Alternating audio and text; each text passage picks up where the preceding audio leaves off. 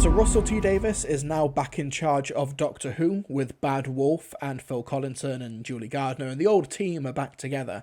And what they're wanting to do, presumably, is also to expand the Doctor Who universe with spin-offs like they did back in 2005 and beyond. They had Torchwood, they had the Sarah Jane Adventures. Of course, they had the best Doctor Who spin-off, Class. Rest in peace, Class, all 8 episodes of you. But when it comes to the future of Doctor Who spin-offs, there is one which is on the tip of the tongue of basically all Doctor Who fans, and that is Torchwood. So Torchwood started in late 2006, between the gap between Series 2 and Series 3 of Doctor Who. It reintroduced Captain Jack Harkness as the head of this extraterrestrial crime-fighting organisation that takes place, that's set in Cardiff. There was a great supporting cast of characters. It ran for 4 seasons. Series 1 is a mixed bag bordering on good. Series 2 is a marked improvement. Series 3, Children of Earth, is some of the best TV that has been broadcast in the 21st century so far, and Miracle Day was so bad that it basically killed all Torchwood goodwill. However, when it comes to Russ T Davies potentially expanding the universe again with spin-offs and all the other stuff, with Bad Wolf, and trying to create a whole universe, a whole Who-niverse of Doctor Who spin-offs in the near future, Torchwood is something that a lot of fans like to bring up. Now, this is a little bit complicated by things like John Barrowman and his revealed on-set etiquette, in terms of his behaviour on the set of Doctor Who and on the set of Torchwood, and not just those shows either, but also shows like Arrow, and some behaviour that he did on some of the TV shows and things like that. Behaviour that he has yet to apologise for. I'm not going to break down that properly here. If you go into my video, How Do You Solve a Problem Like Barrowman, which also had a bit of a response to Nerdrotic, because, Nerdrotic is pro-sexual assault, of course he is. But when it comes to the drama of John Barrowman, that's not the argument that I'm going to make as to why Torchwood should not be brought back. There's rumours that Eve Miles, who is like the co-lead of Torchwood playing Gwen Cooper, she's going to be coming back, but John Barrowman did a subtweet of this Eve Miles convention footage between those two, where they said that they're best friends and they'd back each other up no matter what. He subtweeted this, saying one is telling the truth, the other is spewing rhetoric for an audience, and then proceeded to delete his Twitter account, which is a vibe. But when it comes to the future of Torchwood, I'm here to argue that Torchwood should not come back, and it's not just because of the John Barrowman thing, although I think you could actually make a Torchwood continuation just without Captain Jack Harkness. I think that's an entirely feasible thing to do. Now, a lot of people are saying if you were to bring back Torchwood, you just bring back the cast of the monthly range. You've got Paul Clayton, you've also got Tracy Ann Oberman, but she's her own sort of like controversial rabbit hole, which we won't get into today. You've got Naoko Mori, you've got Burn Gorman. Of course, those characters are deceased, but you could always do some weird work around here. Tom Price, Kai Owens, there's a whole like Big Finish universe. They've had like 70 to 80 monthly Torchwood adventures over the past few years.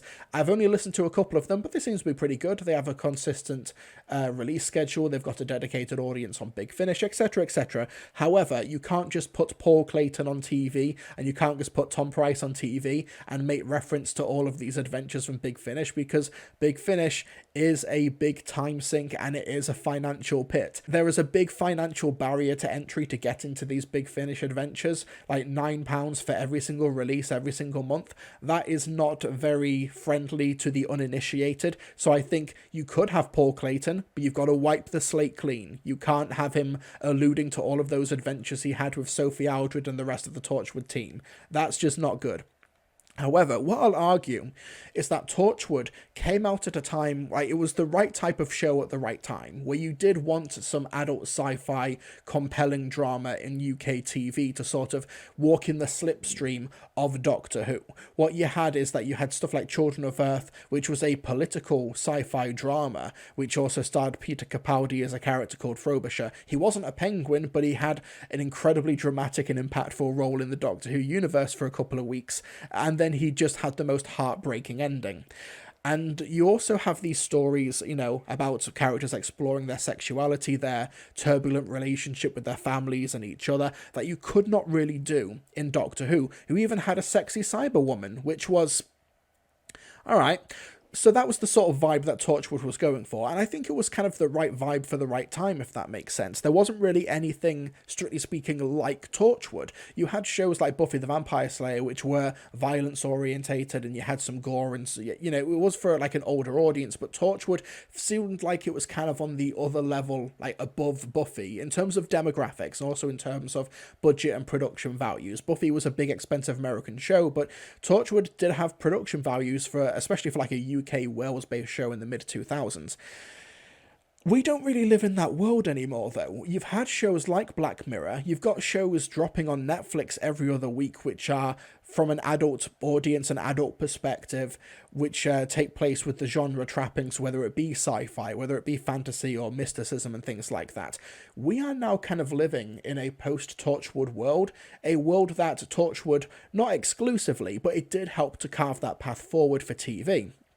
I think when it comes to Torchwood, if you were to drop Series 1 or Series 2 of Torchwood now, like, it wouldn't really stand out in like a genre sense in terms of the demographic that it's been well catered for. Even shows which are sort of like for a young adult audience, like Wednesday on Netflix, or the Sabrina, the Teenage Witch series that was on Netflix as well, Stranger Things, like that has found an older and teenage audience telling these more mature stories with big budget and spectacle, with sci-fi or fantasy genre trappings. Torchwood would not really be able to stand out in that market. It would just feel like it would be another one to add to the pile. And that's not even getting into shows like Black Mirror or shows like Humans, which Channel 4 did a couple of years ago, which honestly, without Torchwood, you don't have a show like Humans. I think that was another show that was sort of walking in the pre-established footsteps of a show like Torchwood, which showed that there was a market for big idea sci-fi for a grown-up audience that wasn't just Doctor Who fans tuning in every single week. Even my parents watched Torchwood. They watched Children of Earth and they loved it, but they had never watched any like Doctor Who or any Torchwood for the past few years. They were still able to completely engage with it because of the type of story that it was telling. And then you also have a story like Miracle Day, which honestly, it writes the universe into a corner, where you now have two immortal characters and you've got this massive like world-shaking events like the Miracle that took place over the span of, I think, was it several weeks in the TV show?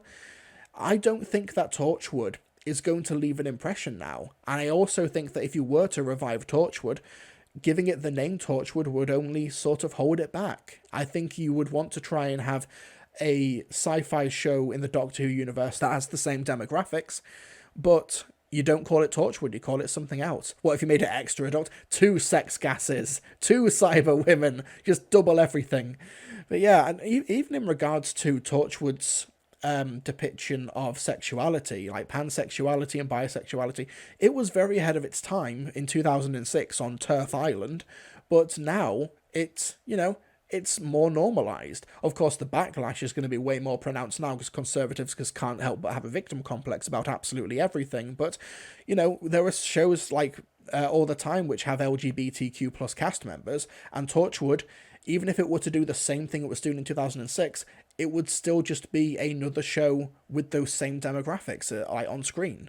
I think that's a good thing in terms of progress and in terms of representation in the media industry, but Torchwood is now no longer the outlier. Torchwood would just be another show on the pile. Miracle Day was bad, like, where was the Doctor? Now, that's just an issue that you're going to have to ask for every single Doctor Who spin-off. Like, where was the Doctor when the Judoon was on Earth and was causing havoc in London? And, of course, Sarah Jane was handling it, but, the Doctor could have maybe helped out there. This isn't me trying to talk down or play down the impact that Torchwood has had on UK, like, in the UK media industry, or saying that it was a bad show or anything. It was more or less it was a show that hit more than it missed. It's just a shame that the last time it took a shot was Miracle Day, which was a 10-hour misfire.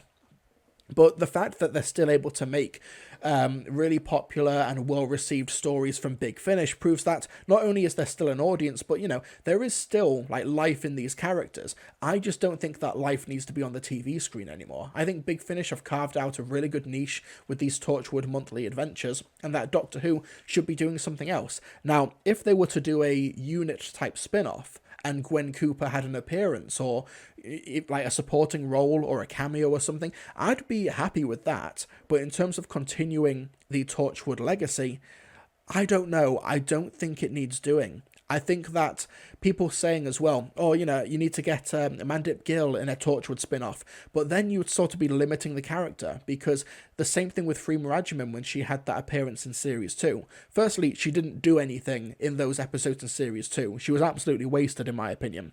But also, she did seem like she contrasted too much with the Torchwood team, because there was a mandate that you cannot have Martha Jones swear, you can't have her, doing the kissy kiss with everybody in the cast, because she's come from the BBC family-friendly pre-Watershed show, so you can't have Freema Agyeman tell John Barrowman to shove it where the sun don't shine. And I think that absolutely makes sense. But why would you want to have Yaz, played by Mandip Gill, in that universe? Sophie Aldred could maybe be a fit for it, but as established in the Red List, in character for Ace, she hates Torchwood. Torchwood was created by the monarchy in the UK to hunt down and kill her best friend, the Doctor, the Professor. What about Graham and Ryan? Can you imagine Graham in Torchwood? Oh, blimey, me old cockle. Oh, me old mate. Do you want to sit on the meat and two veg there, Toshiko? No, I can't. Bradley Walsh would be fun in Torchwood, but my God, the headlines. Ofcom phones just ringing off the hook. It's not a good look. It's not a good look. We also need to remember that you don't need a Torchwood spin-off now, because the best Doctor Who spin-off has already been made. It was called Class. It's admirable, Miss Taz, they keep trying to make Class happen. I will not rest until Class has been undismissed. Classes for the week, embrace tradition, embrace Doctor Who. No, honestly, if there was any karmic justice in the universe, Doctor Who would be the show with 8 episodes that floundered, and Class is the show that has lasted for nearly 60 years. Do you genuinely believe Class is the best one? No, I don't. I think in terms of consistent quality, the Sarah Jane Adventures was just consistently really good for like 5.5 seasons. Torchwood was all over the place, but the highs were astonishingly high. I think Class has the best first season. I would watch Class Series 1 over Torchwood Series 1 or the Sarah Jane Adventures Series 1, but it was only 8 episodes. If you were to just make a unit spin-off and it was more adult-centered, but of course you couldn't have Osgood or Kate Stewart swearing and doing the naughty, you wouldn't be able to have that happen. But you could still have an adult-orientated spin-off around UNIT or a different organisation or something. Or I would, honestly, in terms of Doctor Who spin-offs, I would like them to do like the Star Wars or Marvel Cinematic Universe route, where it is a different character or a different corner of the universe every year. Like every spin-off is a different one. You have 6 episodes with UNIT, you have 6 episodes with the Daleks, you have 6 episodes where, I know, it's Wester Drumlins and the Weeping Angels are there or something. I think that's the best approach. And then of course you have the 300 episodes for Class. There we go. That's the justice.